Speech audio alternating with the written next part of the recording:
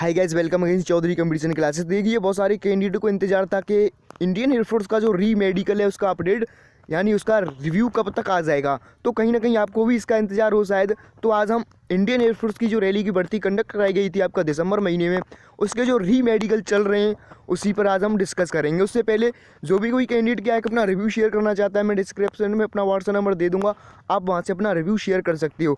और एक और बात नोट कर सकते हो, आज 10 जनवरी और कल 11 जनवरी है। 11 जनवरी से आपका इंडियन एयरफोर्स का जो सेकंड फेज़ है प्रारंभ हो जाएगा, सेकंड इनटेक 2021 का। तो इसमें क्या है कि इसमें भी यदि कोई कैंडिडेट अपना रिव्यू शेयर करना चाहता है तो कर सकता है। इससे क्या होगा कि यदि आपके ज़रिए किसी तीसरे बंदे को हेल्प मिल जाए, किसी तीसरे बंदे को इन्फॉर्मेशन मिल जाए, तो इससे अच्छी आपके लिए और कोई बात हो नहीं सकती है। तो यही बताना था और आगे चलते हैं। इंडियन एयरफोर्स की जो रैली की भर्ती का री मेडिकल चल रहा है उसमें कुल मिलाकर कितने दिन का समय लग रहा है और कौन कौन से पॉइंट क्लियर हो रहे हैं, सर्जरी वालों का क्या हाल है, आइए चलते हैं। तो आप यहाँ से देख सकते हैं, यह ग्वालियर का अर्थात मध्य प्रदेश का यह रिव्यू है। तो इनसे मेरी कल को बात हुई थी, तो आप यहाँ से देख सकते हैं भाई री मेडिकल था एयरफोर्स ग्वालियर में। तो जब मैंने इनसे पूछा आपकी जो रिपोर्टिंग थी किस डेट को थी, तो इन्होंने बोला 6 को रिपोर्टिंग थी, आज फ्री हुए हैं। तो आप लगा सकते हैं उनकी जो रिपोर्टिंग थी 6 जनवरी को इनकी रिपोर्टिंग थी और आज 10 जनवरी है, अर्थात कल मेरी इनसे बात हुई थी। तो यह फ्री कब हुए? 9 तारीख को। तो इनको 4 दिन लग गए थे, जबकि इनके पास 2 मेडिकल पॉइंट थे, आगे देखेंगे आप। तो मैंने इनसे पूछा जब क्या हुआ, मेरा डेंटल और डीएनएस था, दोनों क्लियर हुए, डीएनएस सर्जरी वाले सब आउट, बाकी फिट। तो डीएनएस में क्या था, जिन कैंडिडेट ने सर्जरी करा ली थी उन सभी कैंडिडेट को आउट कर दिया गया है, जबकि इन कैंडिडेट ने क्या था, सर्जरी नहीं कराई थी और इनका जो डीएनएस का जो पॉइंट था बहुत ही माइनर पॉइंट था। तो इनका डीएनएस का पॉइंट और डेंटल का पॉइंट दोनों क्लियर हो चुके हैं। तो मैंने इनसे पूछा ऐसा क्यों हुआ कि डीएनएस वालों की जो जिन कैंडिडेट ने डीएनएस में सर्जरी करा ली थी उनको बाहर क्यों कर दिया। तो इनका एक ही रीज़न हो सकता है, उनकी जो सर्जरी थी उसकी रिकवरी नहीं हुई होगी। तो इसका केवल एक ही कारण था, डीएनएस में बहुत सारे कैंडिडेट ऐसे आए थे जिन्होंने क्या था कि अपना सर्जरी करा ली थी और उनको मेडिकली अनफिट कर दिया गया है, आगे देखेंगे आप। तो मैंने जब इनसे पूछा कुल मिलाकर कितने कैंडिडेट वहाँ प्रेजेंट थे, तो आप यहाँ से देख सकते हो 30 सब, यानी जिन कैंडिडेट की 30 की रिपोर्टिंग थी और सभी कैंडिडेट प्रेजेंट थे। सर्जिकल डिपार्टमेंट में बहुत आउट हो रहे हैं। तो आप यहाँ से देख सकते हो जिन कैंडिडेट ने सर्जरी करा रखी है, तो सर्जरी वाले कैंडिडेट क्या है कि बहुत सारे कैंडिडेट सर्जरी में आउट हो रहे हैं। जिन कैंडिडेट ने सर्जरी करा रखी है उनको दिक्कत का सामना करना पड़ सकता है अपने री मेडिकल के दौरान। स्किन वालों को लखनऊ रेफ़र कर दिया है। जिन कैंडिडेट के क्या था कि स्किन में पॉइंट था, तो उन कैंडिडेट को लखनऊ के लिए रेफ़र कर दिया है, उनका यहाँ ग्वालियर में क्लियर नहीं हो पाया है।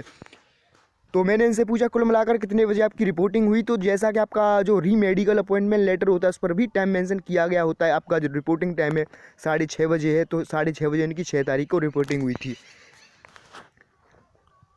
तो मैंने इनसे जब कहा कि आपकी 6 को रिपोर्टिंग हुई थी लेकिन आप 9 को फ्री हुए, तो आपको 4 दिन लग गई मतलब, तो उन्होंने बोला नहीं, ग्रीन कार्ड नहीं मिला है। तो अभी क्या है कि इन कैंडिडेट को ग्रीन कार्ड भी नहीं मिला है। इससे पहले उन कैंडिडेट को मैं बताना चाहूँगा जो कमेंट में आकर बोलते थे तू बड़ा मंत्री बना फिरता है, मतलब 10 दिन में मेडिकल क्लियर हो रहा है और तू मतलब 20 से 25 जनवरी तक अपन री मेडिकल बता रहा है, जबकि 5 जनवरी से री मेडिकल स्टार्ट हो रहे हैं। री मेडिकल में ज़्यादा टाइम लगेगा या फिर मेडिकल में ज़्यादा टाइम लगेगा, तू बड़ा मंत्री है। तो मैंने उन कैंडिडेट को उनकी भाषा में ही यहाँ जवाब देना चाहूँगा। देखिए तुम्हारा पिताजी क्या बोल रहा है, यहाँ 4 दिन लग गए और अभी भी ग्रीन कार्ड नहीं मिला है उस कैंडिडेट को। देखिए जो भी कोई मैं इन्फॉर्मेशन देता हूँ उसकी मेरे पास एग्जैक्ट और जेन्युइन आंकड़े होते हैं, अपने एक्सपीरियंस के आधार पर मैं बोलता हूँ। ये वही कैंडिडेट होते हैं जिन कैंडिडेट ने अपना रिटन एग्ज़ाम ना क्लियर करा होता है और ना आप कभी री मेडिकल में गए होते हैं, ना मेडिकल देकर आए होते हैं। तो जो कैंडिडेट क्या है कि अपना री मेडिकल देकर आए हैं, उन कैंडिडेट से पूछो कि उनको कितने दिन का समय लग रहा है, उनको किन परेशानियों का सामना करना पड़ता है। तो खैर उनको बाद में देखेंगे, आगे चलते हैं, लेकिन साथ साथ में उनको नसीहत देना भी ठीक है। आगे देख सकते हैं आप यहाँ से फ़ोन करके बताएंगे, अभी रेफ़र वालों को फाइनल नहीं हुआ इसलिए। तो अभी क्या है कि फ़ोन करके बता देंगे और जिन कैंडिडेट को रेफ़र कर दिया है लखनऊ के लिए, स्किन में जिनका प्रॉब्लम था, उन कैंडिडेट का जब क्लियर हो जाएगा तो उसके साथ ही इनको ग्रीन कार्ड मिल जाएगा। तो मैंने क्या था, मैंने समझा था कि 15 जनवरी, तो उन्होंने बोला नहीं 15 दिन बाद मिलेगा।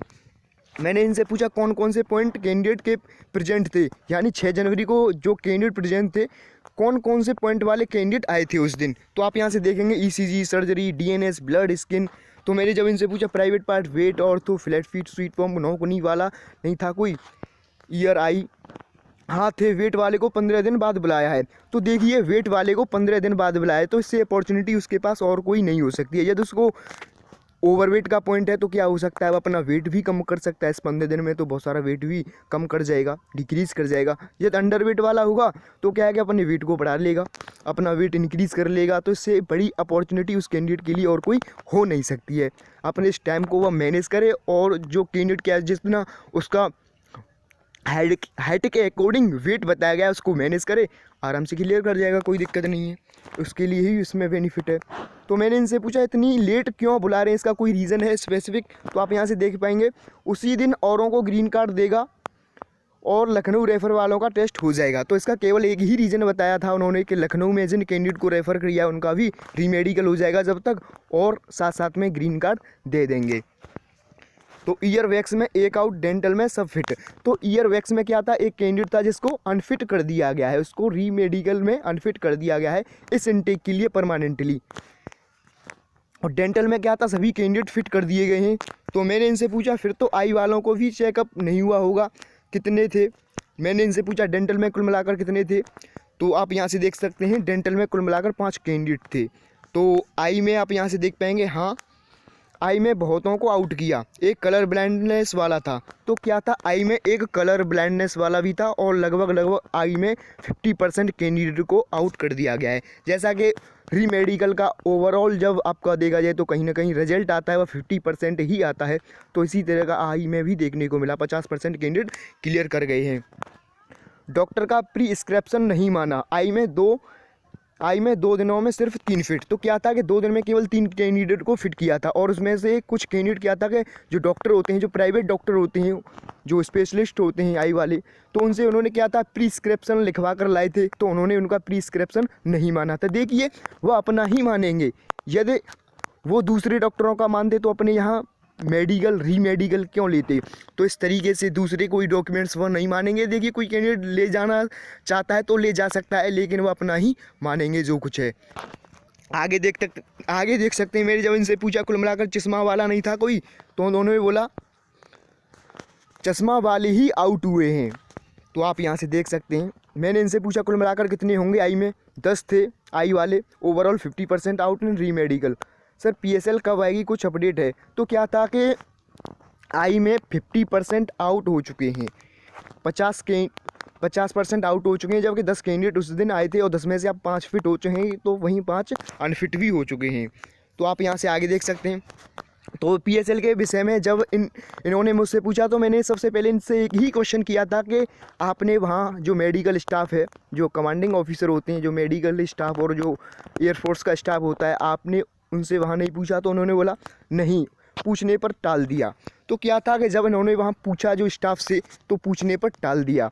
तो देखिए जब तक आपका रीमेडिकल का पूरा प्रोसेस कंप्लीट नहीं हो जाता है, जब तक आपकी PSL नहीं आएगी। देखिए इससे रिलेटेड मैंने क्या था कि वीडियो भी बनाई थी, जिन कैंडिडेट ने मेरी 8 या फिर 7 जनवरी को मैंने एक वीडियो बनाई थी, तो उसमें साफ साफ मैंने बता दिया था कि आज आपकी PSL नहीं आएगी। आई थिंक 8 जनवरी ही थी। उसमें कोई यूट्यूबर था, मैं देखिए किसी यूट्यूबर के खिलाफ तो नहीं हूँ, लेकिन केवल मैंने उसमें एक आपके लिए अपडेट दिया था। तो उसमें भी बहुत सारे कैंडिडेट अपना क्या था कि उसमें भी अपना माइंड ज़्यादा चला रहे थे। तो कोई नहीं, खैर चलाने दो, अच्छी बात है, चलाना भी चाहिए। तो आगे चलते हैं।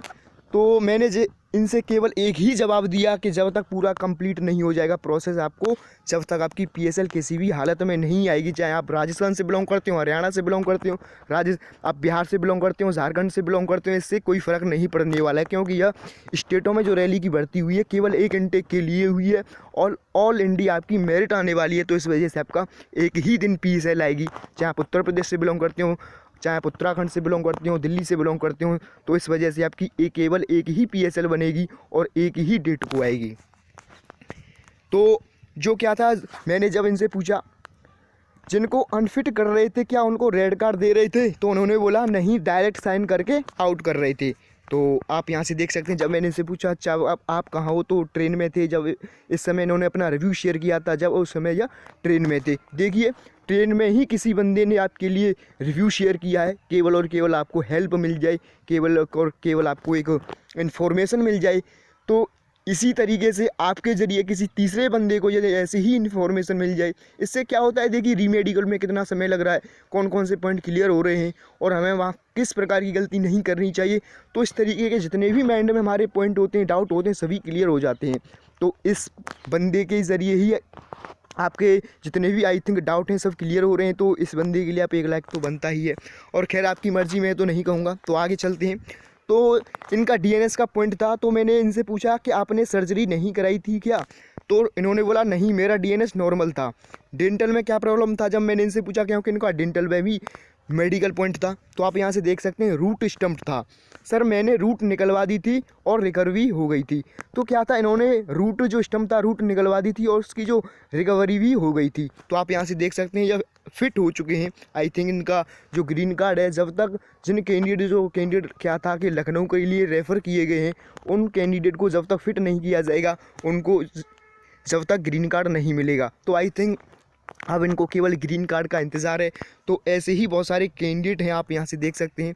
तो मैंने जब इनसे पूछा कि ईयर में किसी कैंडिडेट ने सर्जरी कराई थी, ऐसा कोई कैंडिडेट आया हो उस दिन, तो उन्होंने बोला नहीं।